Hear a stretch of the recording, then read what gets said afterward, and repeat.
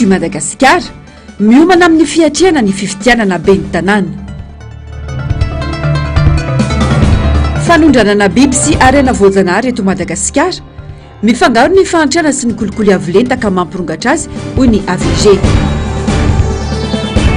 Fitantanan-draram-panjakana ny kitotono mapotika ny firenena hoy ny député Todsoa Andriamampandry.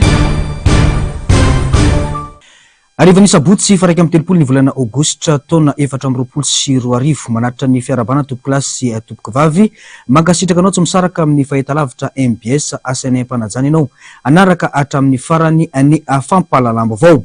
Ny pejiny politika no isataratsika ny fiarahana niona manokana tamin'ny Filomary Karavalomanana izay kandida ho ben'ny tanàna eto Antananarivo renivohitra ireo mpikatroka sy solotena tiky Madagasikara ato anatin'ny boriboritany enina eto Antananarivo renivohitra ny maraina teo. Nanamafy ny Filomary Karavalomanana fa tsy sarotra ny fanarenana an'Antananarivo raha vonona iova ao anatin'ny fipetrapetraka ny rehetra. Mitaky andraikitra avy amin'ny olom-pirenena tsirairay nefa no atrarana izany raha ny fanazavana. Fanadidina eo amin'ny sary sy ndratsariny tahiriny any aranariny.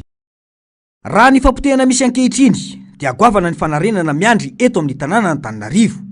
Tsisy zavatra iova eto raha tsy ny toe-tsaina manaraka fitsipika no apetraka mialoha.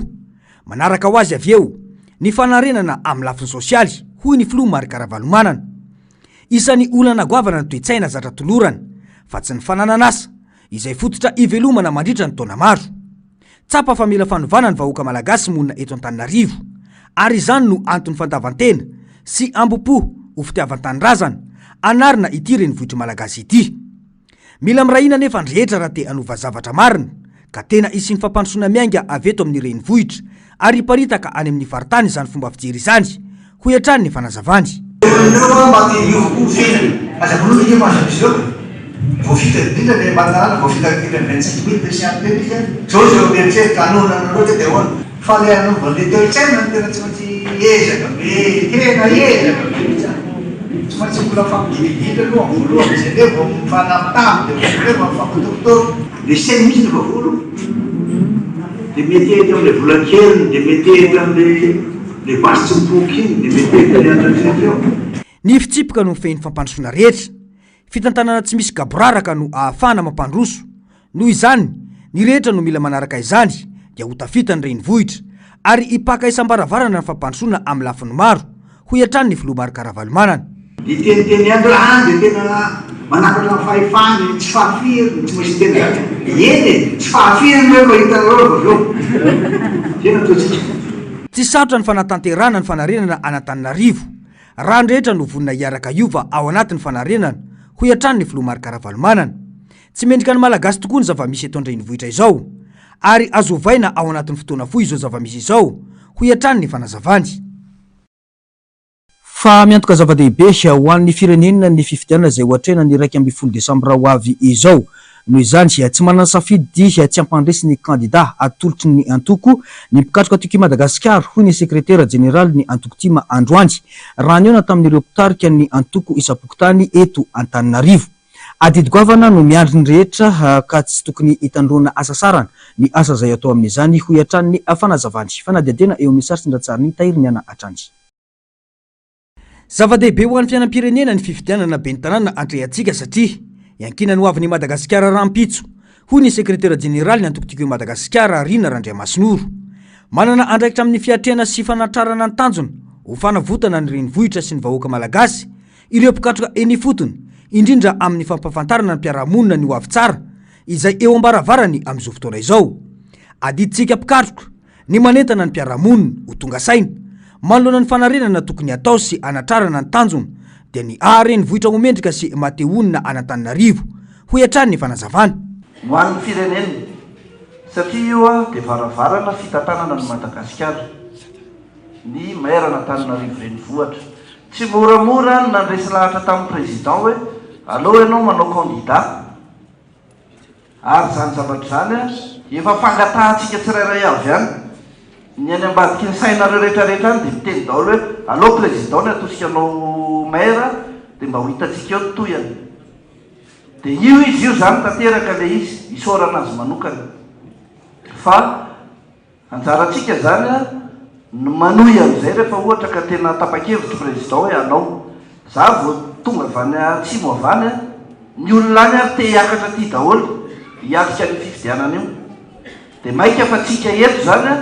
tsy tsika indray hoe tsika naterakira indray milaza fa tsy hay andy fa tena fanetanana zany no atao amintsika rehetrarehetra ny fiatsiatsika rehetra ny fifidianana io zany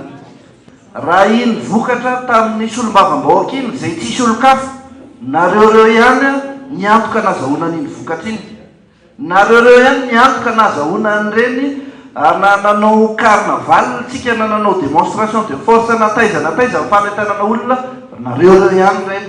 tsy sakana tsy hafahatsika manao an'iny tokony mafy noho iny ary satria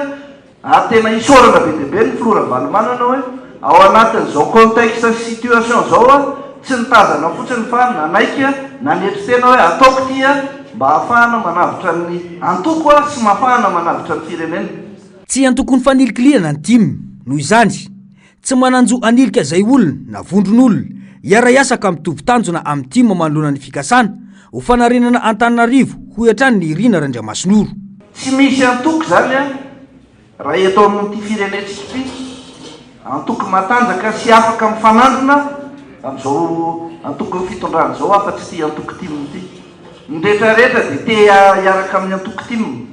ny rehetrarehetra lasa te hitovy lahatra amin'ny antoko timiny ny rehetrarehetra misarangotra amin'ny antoko timiny am'izao tsy maninony zany satria fatokisan'ny olona ny antoko tiako Madagasikara zany ary isika koa zany ny resahana teo misy ary ny olona vao amin'ny fitondrana manohana ny fitondrana te hiaraka amintsika zao reny ary atsona de loatsy tsika sarytsika indray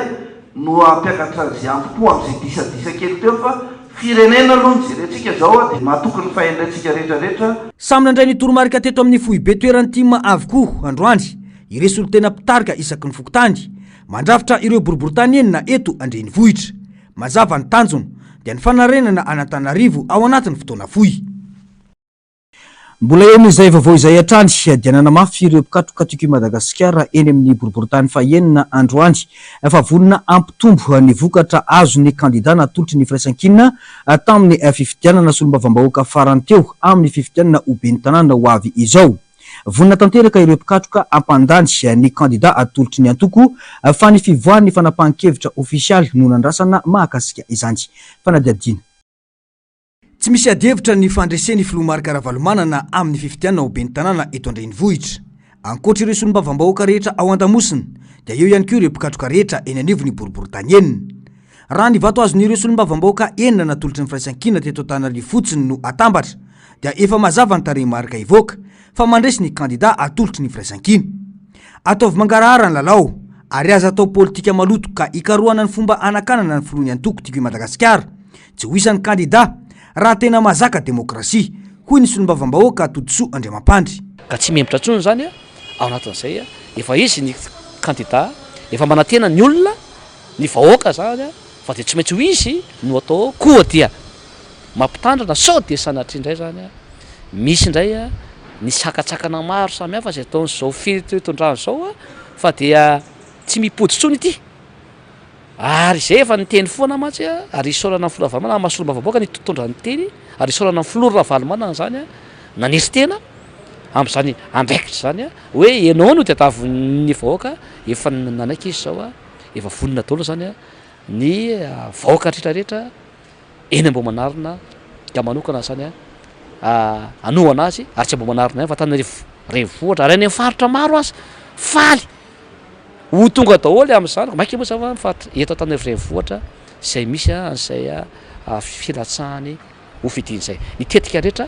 ny teny any 6e arrondissement teny Ambohimanarina moa tamin'ny herinandroany de efa niresaka tamin'ireo mpitarika rehetra amin'ny famomola volana ny tetikady maro isan-karazany dia androany zany mbola namafisina mivantana teo anatrehan'ny filo marika Ravalomanana de amin'ny herinandro de hoentinareo ndray zany zavatra ho atao ao anatin'izay koa eto zany dia mametoky ny vahoaka rehetra eto Antananarivo renivohitra mahasolombavambahoaka na lanitra eto Antananarivo renivohitra zany fa ny solombavam-bahoaka zay lany teto zany dia ao an-damosiny filo Ravalomanana rehefa atao ngeny katsy ny vato azo solombavam-bahoaka 6e arrondissement de efa lany mazava be ny filoa marika Ravalomanana ary isaky ny distrika tsirairay avy ny arrondissement enina zany dia nahazo vato be da be foana ny tima zany a tao anatin'izay tsy ajanona tamin'ny vokatra azo tamin'ny fifidianana solom-bavambahoaka teo ny vato omena ny filompanorona Antokotimy amin'ity fifidianana be ny tanàna ity fa ampitomboina hatrany amin'ny 20 isan-jato izany raha ny fanazavana hatrany. Isan'ny nampiseho ny heriny sy ny tanjany ny tima teto Ambohimanarina tamin'ny fifidianana solom-bavambahoaka teo fa mbola ho mafy noho ireny no iseho amin'ny faha 1 ny volana Desambra satria ny filohan'ny antoko no irotsaka ho kandida ho hiatrany ity solom-bavambahoaka ity. Mena fanarenana Antananarivo tena potika tanteraka Antananarivo na hitantsika zao na ny lalana ny fako misy savovona mikorotana ny tsena eo ihany koa ty fanotofana tany zay tsy ara-dalàna ty tsy mba mitsangana ny be ny tanàna hatramin'izay na ny APDS nefa fantatsika tamin'ny andro Flora Fanamana zay be ny tanàna namiratra Antananarivo ka dia zao ny tenenina zany be no tena hoe faly amin'izao firotsahan'izao zany eritrereto fa raha ny tenanay manokana zany tenako manokana dia nahazo vato ambony be 350 isan-jato eo teny Ambohimanarina maika zany fa ny filohan'ny atoko no milatsaka zany dia any amin'ny manodidina ny 570 na 20 isan-jato no azony zany ao anatin'izay. Ny herinandro lasa teo dia efa nisy ny fihaonana tamin'ireo mpitarika ny Antokotimy isaky ny Fokontany sy ny distrika tetsy amin'ny boriboritany fahaenina. Isan'ny lahadinika nandritra izany ny fiatrehana an'io fifidianana io sy ny fampandaniana ny kandida izay atolotry ny antoko ny 1 Desambra izao.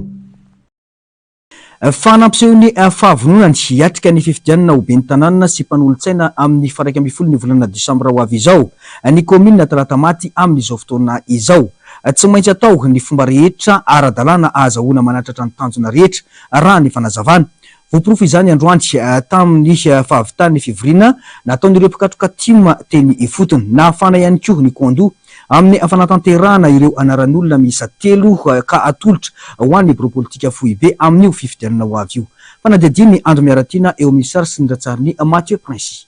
Manaraka ny toromarika sy ny fitsipika mifehy ny Antokotimy Madagasikara ny mpikatroka ny fotony ao anatin'ny komina Talata Maty distrika Ambohidratrimo. Miomana tanteraka amin'ny fifidianana be ny tanàna sy mpanolontsain'ny tanàna izy ireo amin'izao fotoana izao. Tsy maintsy omenana anjara toerana ireo mpikatroka amin'ny fanolorana ireo anaran'olona 3 everina fa mendrika hitondra ny anarany antoko mandritra ny fifidianana ho avy. Dia efa tena misy fahavonona indrindra moa ty fa aty fotony ny resaka fifidianana be ny tanàna dia tena efa vonona efa ela mihitsy ary ndrehetra rehetra fa tena miomana daholo ary ity andro an'ity dia mampiseho an'izany fahavonona zany satria tsy maintsy avory aloha zany ny mpikambana rehetra eto amin'ity Madagasikara eto amin'ny komina Talata Maty mba havitana izany fandreseny zany ary vonona tanteraka izay amin'ny fitaovana rehetrarehetra amin'ny zavatra ireo kandida voapetraka androany zao ireo olona hoarotsaka ho kandida ho be ny tanàna sy mpanolontsaina efa mipetraka androany izy ireo olona ireo zany dia efa vonona tanteraka izay. Tamin'ny alalan'ny fivoriana tetsy Talata Maty no nafanana nomana sy namoahana ireo anaran'ireo androany. Fotoana ihany koa nahazoan'ireo mpikatroka ny fampidinika mikasika ny fanatsarana ny fiatrehana ny fifidianana. Marina fa anaran'olona 3 isaky ny komina no alefany amin'ny biro politika fohy be sy ny filohan'ny antoko ahazoan'izy ireo manapa-kevitra ho amin'izay olona mendrika hirotsaka ho fidiana be ny tanàna. Miatra amin'ny tima eny fotony manerana ny Madagasikara zany raha ny fanapaha-kevitry ny antoko.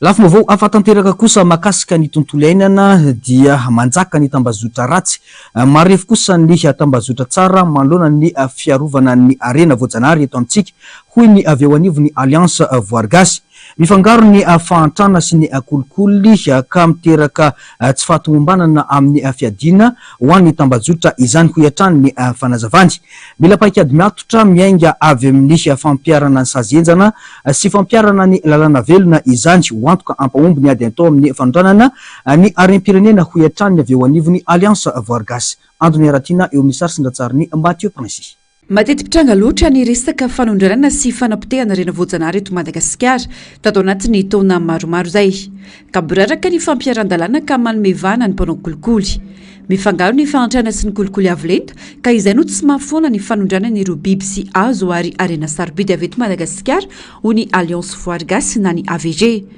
Misy antony maro ny mbola mahatonga ny mbola mitohy foana hatramin'izao ny antony anankiray lehibe moa ny eto amintsika moa zany dia ny fifakaroan'ny fandrana sy ny kolikoly avolety eto Madagasikara satria ny commanditeran'ireny zany mampiasa an'ilay olona fadiranovan'ireny koa na manangona an'ireny zavaboary eto Madagasikara ireny dia eo an-danin'izany no iny le resaka hoe eto Antananarivo ary ireny misy stokan'ireny zavaboary ireny fa le lalana foana zany no mahasika antsika hoe miala vary amin'ny 400 kilometera ary tonga eto tonga hatrany an-davy tsisy mahita dia izay no mahita antsika ny mafy be hatreto aloha zany le tambazotrany ratsy eto Madagasikara ary marefo dia marefo tambazotrany tsara. Tranga 30 hatramin'ny 700 no manaova ny firaisamon'nim-pirenena Alliance Voary Gasy fanaramaso ara-pitsarana. Isan'izany ny raharaha fanondranana sy fahatratranana sokatra sy ireo maro hafa. Tsikaritra tao anatin'izany anefa hoy ny fanamafisana fa misy ny mpanao politika mitady hitsapaka amin'ny famotsorana ireo olona tomponantoka tamin'ny raharaha mamoetra tahaka izao. Tranga izay tsy azo ekena ka ilana fanamafisana ny fampiaran-dalàna hoy ny fanazavana. Dia arahanay masaka eky ireny fitsarana ireny. Misy koa fidirana anaty air protégé ohatra ny tany vohibe zao izay resaka vato zany mbola arena voajanahary zao zany dia arahanay akaiky ny fitsarana fa misy mitady hitsabaka zany mpanao politika ny resako eto zany amin'ny hoe famahanana ireny olona tratra amin'ireny na famposihana ny olona hiditra ao anatiny lalàna tompoko dia tokony hiatra foana fa rehefa tsy takonareo ilay lalàna dia aovay fa rehefa lalàna mipetraka dia tokony hampiara. Tsy ampy na tsy misy ny fandraisana andraikitra matombola manjaka ny tamazotra ny ratsy eto amintsika. Tompona andraikitra ny rehetra saingy tokony hanamafy ny asany kosa ny fitsarana maefa anasazy ireo tomponantoka. Dia mbola manome afaka ao amin'ny fitsarana zany izay amin'ny tokony hanasongadinana ny famaizana an'ireny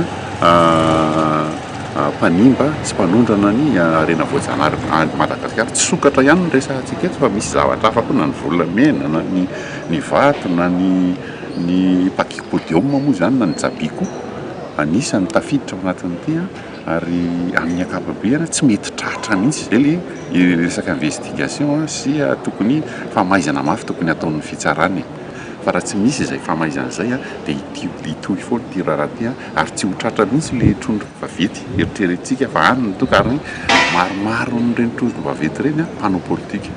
na manam-pahefana. Za tsy teny hoe avy amin'ny fitondrana na avy amin'ny antoko-panoatra fa mpanao politika amin'ny ankapobeny resaka tsy izy rehetrarehetra koa fa mila mifampitaizitsika zany na ao amin'ny parlemanta zany na any amin'ny gouvernemanta mba hamaizana tsy hanaokitranotrano zany rehefa misy tratra. Tany dondondozy ireo rena voajanahary eto Madagasikara. Tafiditra ary lasiba hatramin'izany ny sokatra noho ny finanana azy, ny fanondrana nantsokosoko misy eto an-toerana sy any ivelany, ny varotra tsy ara-dalàna sy ny famotehana ny toeram-ponenan'izy ireo.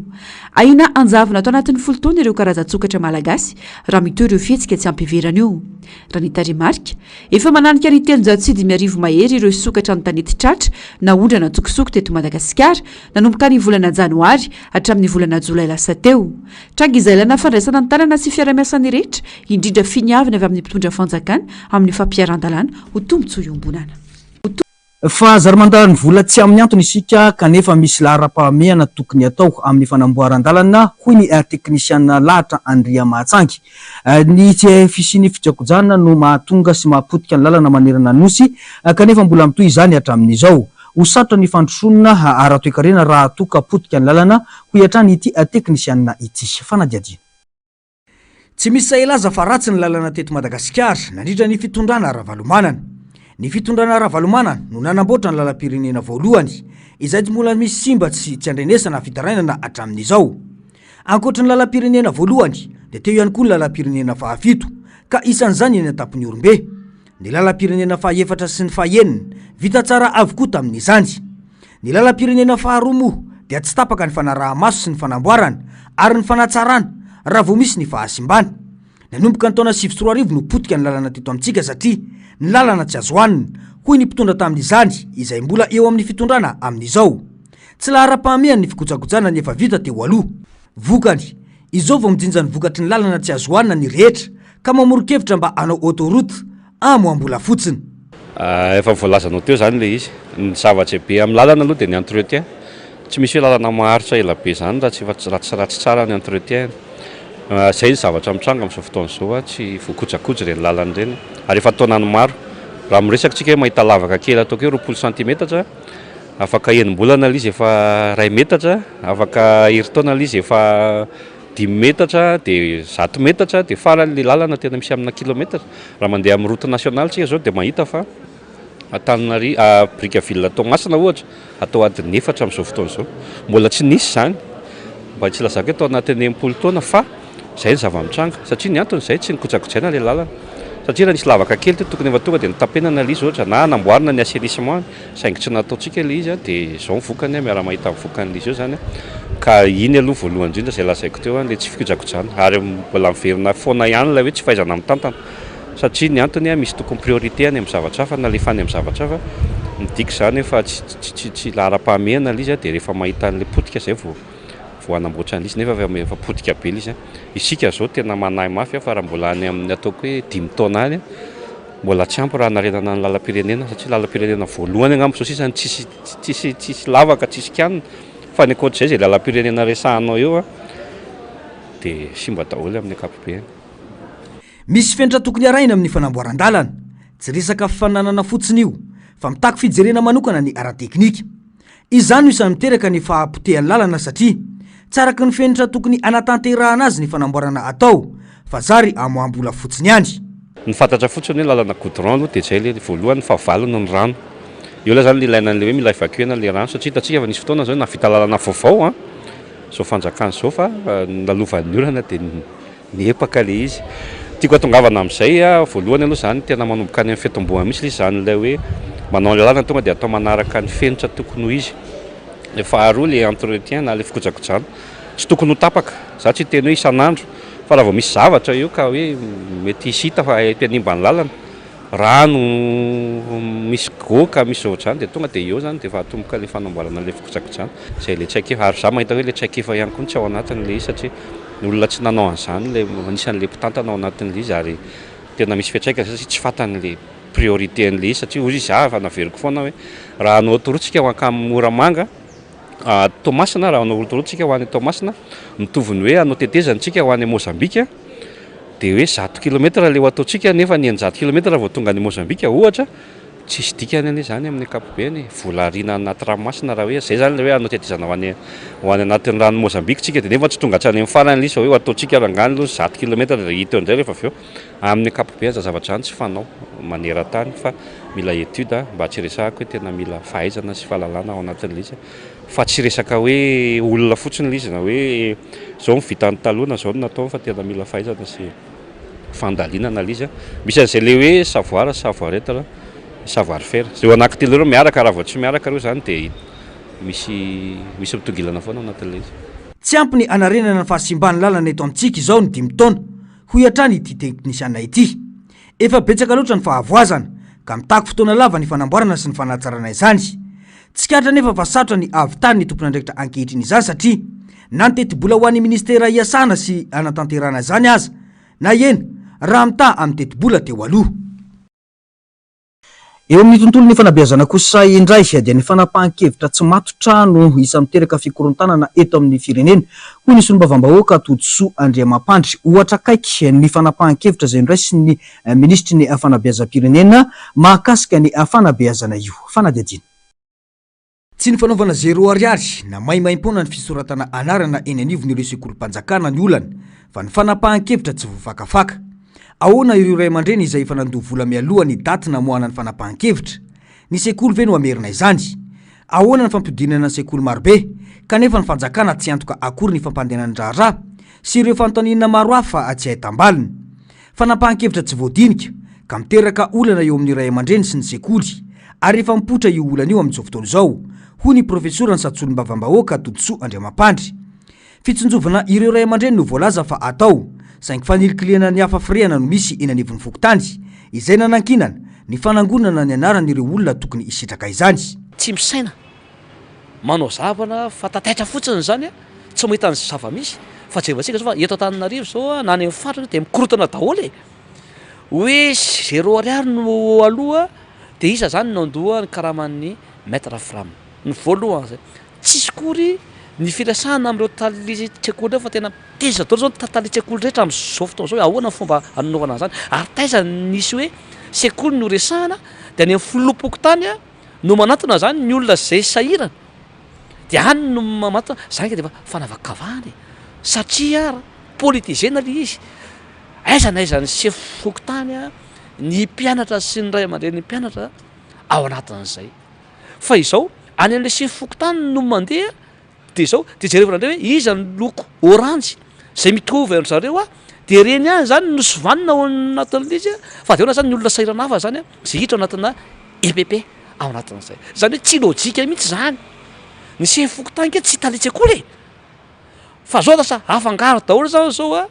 mikisosony vorona ao anatina fitantanana na hatrany fotony io na hatrany ambony io de zao a tsisy andao zao ny olona am'izao de nitalitsy akory zao zany zao a de mivoraka ny lohany na mifampidinana an'io EPP ka zao tsy misy vola de ahoana ary zany ny kakaraman'ny firama zany zao de ahoana ary zany ny fanefana zay tokony ataonao a mila fanomana an'izany ary mila tokony hoe rehefa tsy andoha le olona iza zany no andoha ny fitaovana rehetra indray ao anatin'izany misy lakry ilaina eo e misy taratasy ilaina eo e misy fampandehanana marina eo anatin'io sekoly io e zay efa tsy azo ny EPP rehetra zany a teto Madagasikara nandritra ny 4 taona de iza zany a no amenao an'izany ny vola zao tsy misy fanapahan-kevitra efa nataon'ny ministeran'ny fampianarana izao tamin'ny taondasa ary efa nahitana korontana saingy mbola izao averina izao ihany ho iatrany efa nazavana herinandro vitsy sy idiran'ny mpianatra ihany koa anefa no nandraisana ny fanapahan-kevitra rehefa nitantanareo nandritra ny 4 taona de mbola manao foana ohatr'izao indray zany a le ministeran'ny fanabeazam-pirenena zany am'izao fotoana zao de lasa mikorotana ny ray aman-dreny mpianatra sy ny mpampianatra sy ny talitsy akory zany a am'izao fotoana zao ny fanalefahana tokony atao koa zao de zany reo fourniture scolaire ho an'ny mpianatra tokony asian'ny fanjakana tanana ny keke zany e efa sahirana ny mpampianatra e ny fitaovany e zany tokony omena ny mpianatra zany tokony asiana cantine scolaire na eto Antananarivo na any faritra maro satria be da be nefa tsy mihinan-kanina zara fa mihinan-kanina am'izao fotoana zao aizy zany tsisy misy zany a zany hoe fipetra raisina zany ho an'ny mpianatra am'izao fa de manaonao foana populisme fotsiny zany no atao nefa de zavatra resahana tsy mifanaraka amin'ny zava-misy sy ny lojika zay misy any amin'ny toeram-pampianarana tahaka ny EPP. Ny fanapahan-kevitra toy izao no tena olana mahazo ny firenetsika tsy voadinika any ka zary miteraka olana hafa ny fanatanterahana azy indrindra fa amin'ny tompon'andraikitra eny fotony sy ny sarababem-bahoaka. Mbola eo amin'izay tontolon'ny fanabeazana izay hatrany dia ao anatin'ny fanomanana tanteraka ny fidiran'ny mpianatra ireo sekoly amin'izao fotoana izao na izany amin'ny lafin'ny fotodrafitrasa na izany amin'ny lafin'ny fanofanana ireo mpanabe tanjona ny anome fampianarana mendrika sy tsara kalitao ho an'ny ankizy malagasy tsy misy ny fanampinina mianto tena ny sekoly tsy miankina amin'ny fampandehanan-draharaha ampiny mpiara-miombrantoka samihafa mba ahafahana mampandeha izany fampianarana izany fanadiadiana. Ankoatrany fanavaozana ny fotodrafitrasa mpampianarana, fanamboarana sy fandokoana ny simba rehetra, fa indoha andrarany sekoly amin'izao fanomanana ny fidiran'ny mpianatra izao ny fampiofanana ireo mpampianatra. Antoka iray lehibe ahafahana manatsara sy mampiroborobo ny kalitao ny mpampianarana izany. Fanomanana ataon'ny sekoly moa amin'izao dia ny fanomanana ny mpanabe aloha ny mpampianatra aloha voalohany indrindra eo ny fampanaovana ny formation an'ireo mpampianatra ireo mba tsy hoe monotone foana tsy hoe zavatra efa natao taloha foana no ampiasain'ny mpampianatra fa misy zava-baovao foana zany misy fikarohana foana zany isa-taona dia omena izay formation izay ireo mpampianatra eo koa ny fanatsarana ny sekoly mba ho din'ny mpianatra mba ho tsy hoe mba ho akafizin'ny mpianatra zany eny amin'ny faritry ny sekoly dia mila mikarakara zao ny sekoly amin'izao fotoana izao. Tsy misy tohana avy amin'ny fanjakana, fiara-miasa avy amin'ny tsy miankina sy ny mpiara-miombona antokantrano no ahafahana manao ny asa rehetra sy ny fampitaovana ny sekoly toy ny boky izay tena miasa. Fiara-miasa amin'ny Union des écoles privées moa ny sekoly privé eto Madagasikara dia efa manome an'izay fampiofanana maimaimpo izay ho an'ny sekoly tsy miankina dia zay anisany mpikambana ao anatin'izay Union des écoles privées de Madagascar zay dia tsy sarotra aminay zany mampiofana ny mpampianatra. Teo koa nisy fiara miombona antoka amin'ny sekoly rahavavy dia nahazo boky sy fitaovana maro avy amin'ny sekoly mpiara-miombona antoka aminay dia zay zao efa fanomanana lehibe ho anay. Manodidina ny ray hetsy ariary eo ny fanavaozana ny sara-pisoratana anarana raha vinavinaina ho 10 sy ray hetsy ariary eo kosa ny tontaly ny fitaovam-pianarana ho an'ny zaza sy ankizy iray raha hianatra eny amin'ny sekoly tsy miankina mampiasa ny teny frantsay.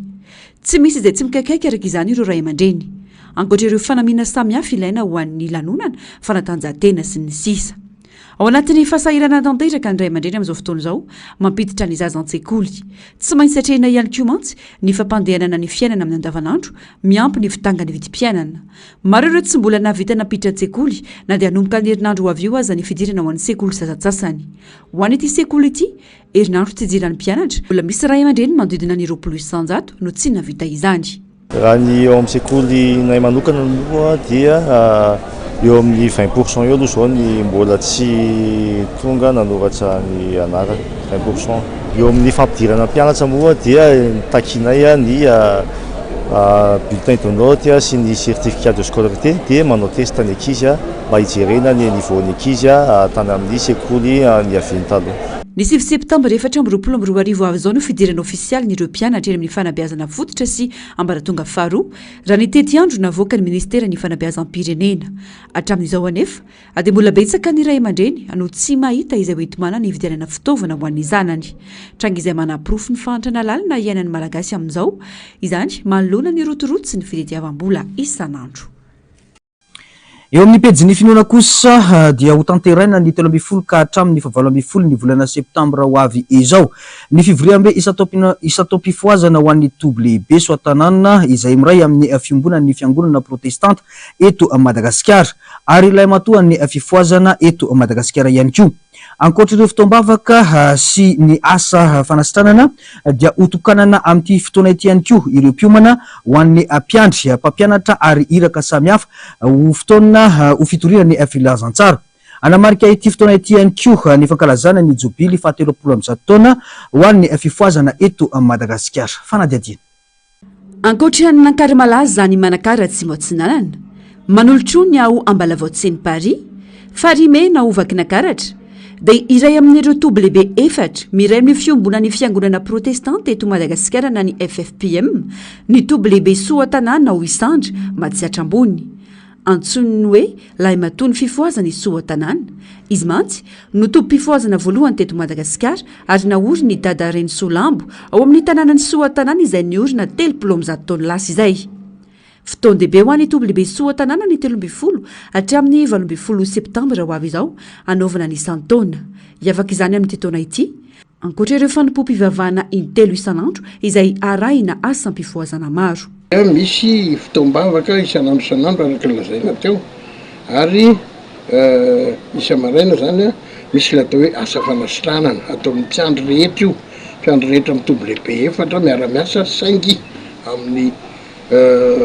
pratika fiasan'ny Soatanana no ampiasain'ny rehetra samy mahay an'izany daholo ny mpiandry rehetra. Dia misy koa fampahirezana ataon'ny iraka Soatanana fotsiny amin'ny 17 septambra ary eo koa misy fanokanana mpiandry, fanokanana iraka, fanokanana mpiasam-piangonana toy ny mpampianatra, toy ny mpitoro-teny andeha any ambanivohitra. Ary ny fandraisam-bahiny moa zany dia ny fanasana tongotra. Miorina ho Soatanana izay komino amin'ny distrika ny Fianarantsoa faharoa ao amin'ny tapany afovoan'ny faritra Mahatsiatra ambony ny WB Soatanana. Anisany mampiavaka ara-kolontsaina sy ara-tantara ny faritra Mahatsiatra ambony ny fisian'ity WB eto Soatanana ity izay sady manintona vahiny mpizahantany no ifitoerana azo anaovana fivahinianana masina. Misy ilay atao hoe zahatany ara-soratra masina sy fivahiniana masina, tourisme religieux et pèlerinage. Ararotina ny Soatanana ny fitsangatsanganana, ny randonnée sportive makany Ambatoreny sy mianika eny an-tendrombohitra, tsy diana amin'izany ny trano namoazan'i Jesosy Andrangaray Solambo. Ary ny farany dia farany mampiavaka ny isa-taonan'ny WB Soatanana amin'ity septambra 2024 ity dia ararotina amin'izany ny fankalazana ny jobily 30 taona ny fifoazana teto Madagasikara ny andoha tao Soatanana, zany hoe ny namoazan'i Jesosy Andrangaray Solambo zany dia ankalazana amin'ity ny 30 taona. Anamarika ny isan-keritaona ity ny fanamariana ny jobily 30 taona ny fifoazana eto Madagasikara. eo amin'ny maresaka iraisam-pirenena dia maro ireo fahasimbana vokatry ny fanafiana anabakabaka atao Ukraine. Nisy ireo namoiny ainy vokatrio adaroka bomba io. Nangataka ireo mpiaradimo ny filoha Ukraine mba anamafy ny fiarovana anabakabaka, iarovana sialanina amin'ireo fahasimbana sy fiarovana ireo olon-tsotra. Liva vonjiny aina no mitondra antsika ny antsipriany izay. Olona 5 farafahakeliny no maty ny zoma lasa teo noho ny fanafiana Rosiana tao amin'ny trano fonenana iray tao Kharkiv, tanàna faharoa lehibe indrindra Ukraine. Isan'ny namony ainy tamin'izany ny zazavavy 17 taona, nandratra olona 20 hafa ihany koa ny fanafiana izay nofaritany filoha Volodymyr Zelensky ho bomba anabakabaka notarihan'ny Rosiana, ary niteraka fahasimbana goavana izany. Mandeha ny asa famonjena raha toa ka misy ny fahatapahany herinaratra any amin'ny faritra maro. Mangataka amin'ireo mpiaradia aminy ny filoha Ukraine mba hanamafy ny fiarovana anabakabaka, hisorohana ny fahafatesany olon-tsotra hafa. Maro ireo fahasimbana nateraky ny daroka bomba, toy ny trano iray misy rihana 12 izay tratry ny bomba tarihiny Rosiana, ary tratry ny afo teo koa ny orinasa iray izay niaran'ny fahavoazana ny rehitra. Vehivavy iray no maty ao ambany korotan-trano rava, ary ny iray hafa maty tany amin'ny hopitaly noho ny ratra nahazo azy. Tapitra ny fampalalamba vaoantsika tompokilasy tompokivavy tamin'izao hariva izao. Mankasitraka anao nanaraka izany hatramin'ny farany isorona ihany koa ireo teknisianina nampita ny sary sy ny feo tamintsika tsirairay avy tany an-tokantrano tany. Mametraka ny soavatsara tompokilasy tompokivavy.